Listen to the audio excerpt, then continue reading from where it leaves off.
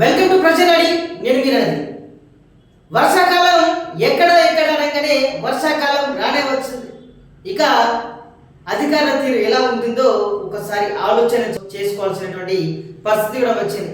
ఎందుకు ఈ విషయం చెప్పానంటే, వర్షాకాలం వస్తే రైతుల కళ్ళలో ఆనందం. ఎందుకంటే పంటలు వేసుకునేందుకు ఆసన్నమైంది ఆ సమయం కూడా చెప్పుకోవచ్చు.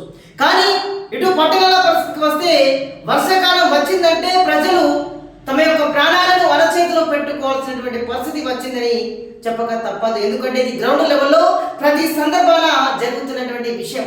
కాబట్టి ఒకసారి మనం గమనించవచ్చు, మన బ్యానర్ ఐటమ్ వచ్చేసి వర్షాకాలం రానే వచ్చింది, కాలనీలో పరిస్థితులు మారినా వరదలు రాకముందే ఏమైనా చేసుడు ఉందా లేదా అనేటువంటి ఒక బ్యానర్ ఐటమ్ తోటి ఈ సందర్భంగా ప్రజల తరపున ముందుకు రావడం జరిగింది. ఎందుకంటే ఎక్కడ చూసినా కూడా వరదలు వస్తే ఆ ఇల్లు నిండిపోయి వాళ్ళంతా కూడా వేరే చోటుకు పోవాల్సినటువంటి పరిస్థితి. 3 పూటల తిండి తినాలన్నా కూడా ఆ వరదల ప్రాంతంలో ఆ 3 పూటల తిండి దొరకనటువంటి పరిస్థితి మనం చూసాం. అభివృద్ధి చెందినటువంటి హైదరాబాద్లో చూసాం, అభివృద్ధి చెందుతున్నటువంటి వరంగల్ పట్టణ ప్రాంతాల్లో కూడా మనం ఈ ట్రై సిటీస్ లో కూడా చూసాం కూడా. చాలా మటుకు పడవలలో వెళ్ళి వాళ్ళకు ఆహారాన్ని ఇస్తూ వాళ్ళని వేరే ప్రాంతాలకు తరలిస్తున్నటువంటి ఘటనలు మనం కోకొల్లలుగా చూసాం. కానీ సంవత్సరాలు మారుతున్నా, పాలకులు మారుతున్నా, పేదల బతుకులు మాత్రం మారడం లేదు. గుడిసెల్లో నివసిస్తున్నారు. అదేవిధంగా ఈ పట్టణాల్లో ఆ యొక్క మురుగు కాలువలు నిండి వరద నీరు అంతా కూడా ఇండ్లలోకి వచ్చి వాళ్ళంతా ప్రజలు ఇబ్బందులు పడుతున్నటువంటి దృశ్యాలు మనం చూసాం.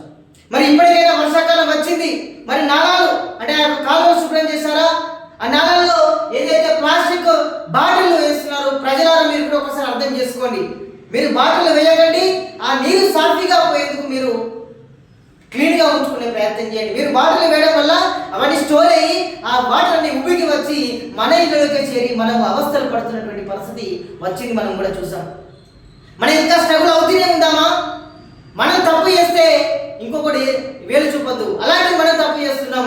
అక్కడ ఆ నీరంతా కూడా స్టోర్ అయ్యి ఆ వాటర్ అంతా కూడా పైకి వచ్చి మన ఇంట్లోకి చేరి మొత్తం వాడంతా కాలువ అంతా కూడా వరదమయం అవుతున్నటువంటి పరిస్థితి ఉంది.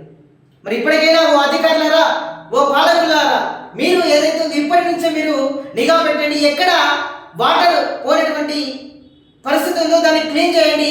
ఆ వాటర్ను సాఫీగా ఏది కెనాల్లోకి లేకపోతే చెరువులోకి పంపించే ప్రయత్నం చేయండి. ఇంకా కూడా ఉమ్మడి వరంగల్ జిల్లాలో కానివ్వండి, హైదరాబాద్లో కానివ్వండి, ఎక్కడ చూసినా కూడా వరదలు మొన్న చిన్న చినుకుకే ఆ రోడ్ అంతా కూడా సంద్రమైనటువంటి పరిస్థితి ఉన్నది, నిండిపోయినది. అదేవిధంగా వేరే ప్రాంతంలో కూడా మొత్తం వేరే సంపులే కాదు, మామూలుగా రోడ్డు ఉన్న ప్రాంతంలో గుంత పడితే దాన్ని చూస్తే అక్కడ మొత్తం బాటిల్ స్టోర్ అయ్యడం వల్ల ఆ వరద నీరు బయటకు అంటే సాఫీగా పోకుండా అదంతా వరద నీరు రోడ్డు మీదకి వచ్చి వాహనాల దారులకు ఇబ్బంది, అటు షాపుల వాళ్ళకి ఇబ్బంది, చాలా రకాలుగా ఇబ్బంది జరిగింది. ఇప్పటికైనా తెలంగాణ ముఖ్యమంత్రి రేవంత్ రెడ్డి గారు మీరు ఉన్నతాధికారులతో ఎవరైతే ఉన్నారో కమిషనర్లు వాళ్ళందరితో మీరు సమాయత్తం కానీ వివిధ జిల్లాల కలెక్టర్లతో మీటింగ్ పెట్టండి. ఇంకొకసారి వరదలతో ప్రాణాలు కోల్పోతున్న విషయాన్ని కూడా ఒకసారి గమనించండి, వాళ్ళతో ఒకసారి డిస్కస్ చేయండి. అది చేసినప్పుడే నిజంగా మళ్ళా కూడా నిజంగా వరదలు వచ్చిందంటే చాలు, వర్షాకాలం వచ్చిందంటే చాలు, ప్రాణాలంతా అది ప్రజలంతా కూడా ప్రాణాలు అరచేతిలో పెట్టుకొని బతకాల్సిన పరిస్థితి. చిన్న పిల్లలు ఉంటారు, ముసలు ఉంటారు, మృగాలు ఉంటారు. మరి వాళ్ళ పరిస్థితి ఏంది ఆ కాలంలోనే ఒకసారి అర్థం చేసుకొని, అయ్యా రేవంత్ రెడ్డి గారు మీరు ఉన్నతాధికారులతో చర్చలు జరపండి. వాళ్ళకు ఏదైతే ఎలాంటి దిశానిర్దేశం ఇస్తారో అది మీ ఇష్టం. కానీ వరదల వల్ల ఈ కాలనీలు మునిగిపోకుండా ఆ కాలనీలో ఆ కాలువలో నీళ్లు సాఫీగా చేసేలా సంబంధిత పారిశుద్ధ కార్మికులతో సాఫీ చేయండి. అదేవిధంగా ప్రజలకు మీరు మీ తరఫున అవగాహన కల్పించండి. మా తరఫున కూడా మేము చేస్తున్నాం. ప్లాస్టిక్ వ్యర్థాలను వాడకండి మీరు కూడా ఒకసారి చేయండి. చట్టాలు కూడా లేవండి వాటిని. ఆ ప్లాస్టిక్ బాటిల్ వాటిని వేయడం వల్ల స్టోర్ అయ్యి వరదలంతా బాగా విపరీతం అవుతున్న పరిస్థితి. కాబట్టి అధికారులారా, ప్రభుత్వ పాలకులారా, మీరు ఒక్కసారి అవగాహన కల్పించండి.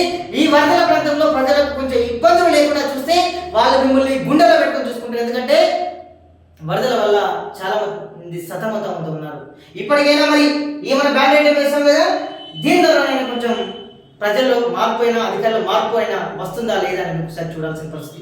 ఎందుకంటే వర్షాకాలంగా గట్టిగా మోపుకోవాలి. ఎందుకంటే ఇక వర్షాలు మెల్లమెల్లగా వెళ్ళిన ఎఫెక్ట్ కారణంగా కొంచెం తక్కువ కొడుతున్నాయి. కానీ గట్టి కొడితే పరిస్థితి ఎలా ఉంటుంది అనేటువంటిది ఒకసారి ఆలోచించుకొని ప్రజలంతా కూడా నిర్ణయం తీసుకోవాలి, అధికారులు నిర్ణయం తీసుకోవాలి, ప్రభుత్వం ఏదైతే ఉందో ఆ పాలకులు కూడా నిర్ణయం తీసుకుంటే బాగుంటుందని కూడా మేము అభిప్రాయపడుతున్నాం. సో